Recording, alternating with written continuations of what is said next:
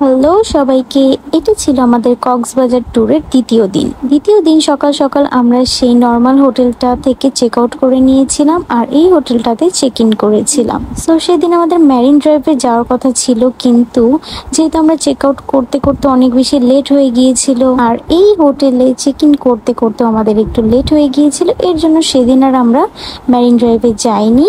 আমরা চলে গিয়েছিলাম মহেশখালীতে। আর হোটেলে পৌঁছে খুব দ্রুত আমরা ফ্রেশ হয়ে রেডি হয়ে নিয়েছিলাম। এটা ছিল আমার পুরো রুমের ভিউ, যেটা আমি তোমাদেরকে দেখিয়ে দিলাম। এরপর খুব ঝটপট করে 5-10 মিনিটের মধ্যে কিন্তু আমরা ফ্রেশ হয়ে রেডি হয়ে নিয়েছিলাম। কক্সবাজার যাওয়ার পরে আমরা কিন্তু একটু সময় পাইনি যে একটু খুব আরাম করে রেডি হব, খুব ঝটপটে আমাদের রেডি হতে হতো। আর এই যে রেডি হয়ে 5 মিনিটের মধ্যে আমরা সবাই বেরিয়ে পড়েছি মহেশখালীর উদ্দেশ্যে। কিন্তু যাওয়ার আগে যেহেতু আমরা এখনো ব্রেকফাস্ট বা লাঞ্চ কিছুই করিনি, এর জন্য আমরা পৌঁছিতে যেয়ে আমাদের লাঞ্চ বা ব্রেকফাস্ট দুটোই একসাথে করে ফেলেছিলাম। সেখানে যে আমাদের তেমন কোনো খাবারই পছন্দ হয়নি, তো প্রতিদিনে আমাদের এক আইটেমই ছিল ভর্তা ভাত, লইটা ফ্রাই, ডাল, আচার, এগুলো দিয়ে কিন্তু আমরা ব্রেকফাস্ট সেরে নিয়েছিলাম। আর ব্রেকফাস্ট সেরেই আমরা পৌঁছে গিয়েছিলাম মহেশখালীর উদ্দেশ্যে ঘাটে যাওয়ার পরে ওরা একটু দর কষাকষি করে আমাদের স্পিড বোটটা ভাড়া করছিল। যেহেতু আমরা জানি নতুন একটা জায়গায় গেলে সিন্ডিকেটের একটা ব্যাপার থাকে, এর জন্য ওরা একটু দামাদামি করে আমাদের স্পিড বোটটা ভাড়া করে নিয়েছিল। আর স্পিড বোটে উঠে আমি কিন্তু প্রচুর মজা পাচ্ছিলাম এবং একটু ভয়ও পাচ্ছিলাম, কারণ এখানে প্রচুর পরিমাণে ঢেউ ছিল, বাতাস ছিল। এরপর আমি একটু ভিউটা এনজয় করার জন্য একদম সামনে চলে গিয়েছিলাম। আর দেখতেই পাচ্ছ আমার পাশে কিন্তু নবনীতা ছিল, ফ্রেন্ডের বউ, ও প্রচুর ভয় পাচ্ছিল। ওর আমরা স্পিড বোট থেকে নেমে জেটিতে নেমেই কিন্তু একটা অটো ভাড়া করেছিলাম।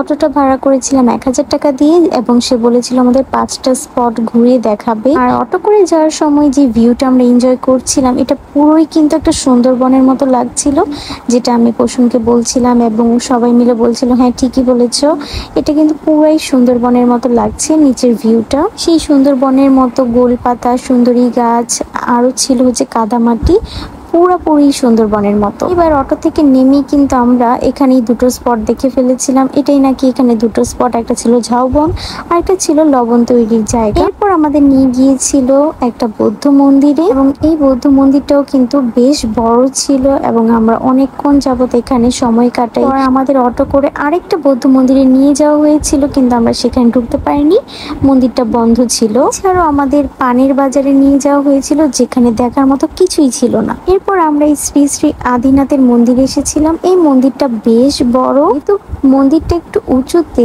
আমার কিন্তু এই মন্দিরটাও বেশ ভালো লেগেছিল, পিছন সাইডটা খুবই সুন্দর ছিল। মহেশখালীর এই স্পটটার মধ্যে শুধু এই মন্দিরটাই আমার সুন্দর লেগেছে আর ঝাউবনটা সুন্দর লেগেছে, তাছাড়া এখানে দেখার মতো আর কোনো কিছুই নেই। আর এই মন্দিরটা যেহেতু একটু উঁচু স্থানে ছিল, এর জন্য এই মন্দিরটা আমার বেশ ভালো লেগেছিল। পর আমরা আবার স্পিড বোটে উঠে গিয়েছিলাম, যেহেতু সন্ধ্যা প্রায় ঘনিয়ে এসেছিল আর আমরা চাচ্ছিলাম সন্ধ্যার আগেই আমাদের হোটেলে ফিরতে। যাওয়ার সময় প্রচুর পরিমাণে ঢেউ আর বাতাস ছিল। হোটেলে ফিরেই চেঞ্জ করে বেরিয়ে পড়েছিলাম বার্মিস মার্কেটের উদ্দেশ্যে।